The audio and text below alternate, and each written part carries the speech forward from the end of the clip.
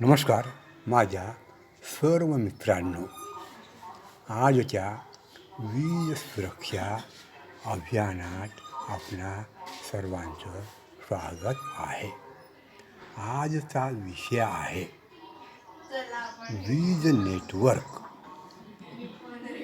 DP etcetera हे कसे हिरवळीनं झाकल्या गेले आहेत, हिरवळीनं त्याच्यावर किती अतिक्रमण केलं आहे आणि ही अशी हिरवळ इलेक्ट्रिकल खांब्यावर DPवर कशी डेंजरस असते त्याबद्दल पहिले आपण फोटो पाहू आणि नंतर त्यावर बोलू.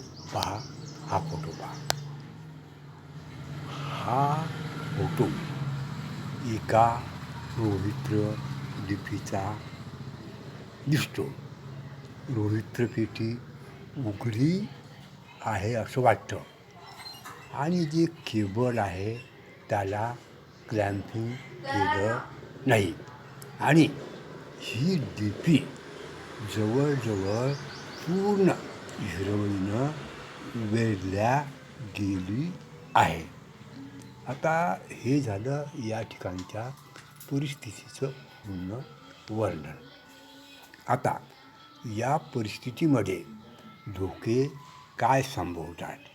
पहिले, अशा ठिकाणी DPचा जो परिसर आहे 10 फूट बाय 10 फुटाचा एकदम स्वच्छ पाहिजे.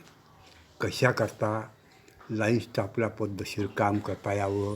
वर काम करायला गेलं खाली काही पाना नटबोल्ट पडलं तर या कचऱ्यामध्ये तो लवकर सापडणार नाही, तो सापडला पाहिजे. आणि काम करणाऱ्या माणसांना इथं मोकळेपणानं वागता येणार नाही.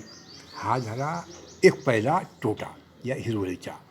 दुसरा तोटा असा की प्रत्येक हिरवळ ही कशाचं ना कशाचं तरी प्राण्यांचं अन्न असते आणि हे हिरवळ खाण्यासाठी या DPवर जर कुठला प्राणी चढला आणि त्यानं जर हे सगळं खाण्याचा प्रयत्न केला तर तो इलेक्ट्रिक होण्याचे चान्सेस भरपूर असतात. अशा हिरवळीमध्ये सरडे पाली भरपूर असतात. मग ते या रोहित्र पेटीमध्ये एंट्री करणार, नंतर त्या ठिकाणी स्पार्किंग होणार, हीट निर्माण होणार, आग लागणार. वर रोहित्रमध्ये ज्वालाग्राही तेल आहे तिथे लिकेज असेल तर मग हा रोहित्र आग पकडणार. हे सर्व आलं. इथे या हिरवळीमुळे बर्ड फॉलसुद्धा होऊ शकतात. हे झाले सगळे तोटे.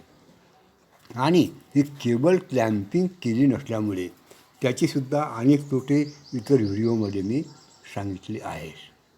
या ठिकाणी फक्त मी या हिरवळीबद्दल बोलत आहे, बाकीचे मुद्दे इथं मी चर्चा करत नाही.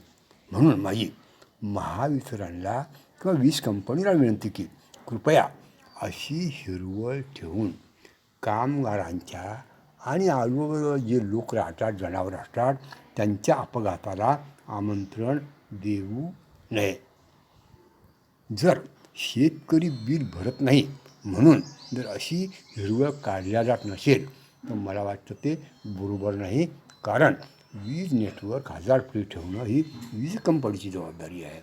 बिलाचा प्रश्न त्यांनी वेगळ्या प्रकारे सॉल्व करावा.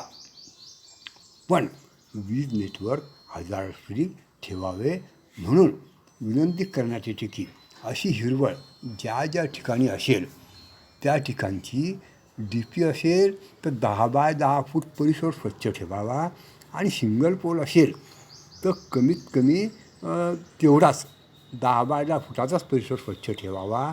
म्हणजे त्या ठिकाणी खांब्यावर चढणे उतरणे कामं करणे सोयीचं राहील आणि जे काही इतर अपघात होतात ते होणार नाही.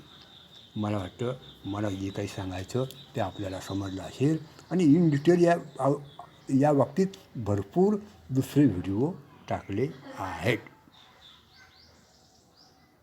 सच works are the mother of all electrical hazards including fires, accidents and equipment failure. Thank you. Myself Ramdas Khandagale, retired chief engineer civil and National Safety Council member. Kindly subscribe to my YouTube video channel for such safety related videos. आणि या ठिकाणी जे regulation तोडल्या गेले, पहिलं regulation 64, दुसरं regulation 12 आणि रोहित पेटीच्या बाबतीत जे रेग्युलेशन 79 आहे ते, केबलच्या बाबतीत जे रेग्युलेशन 82 आहे ते. मला वाटतं सगळ्या गोष्टी सांगून झाल्या. थँक्यू. Kindly subscribe.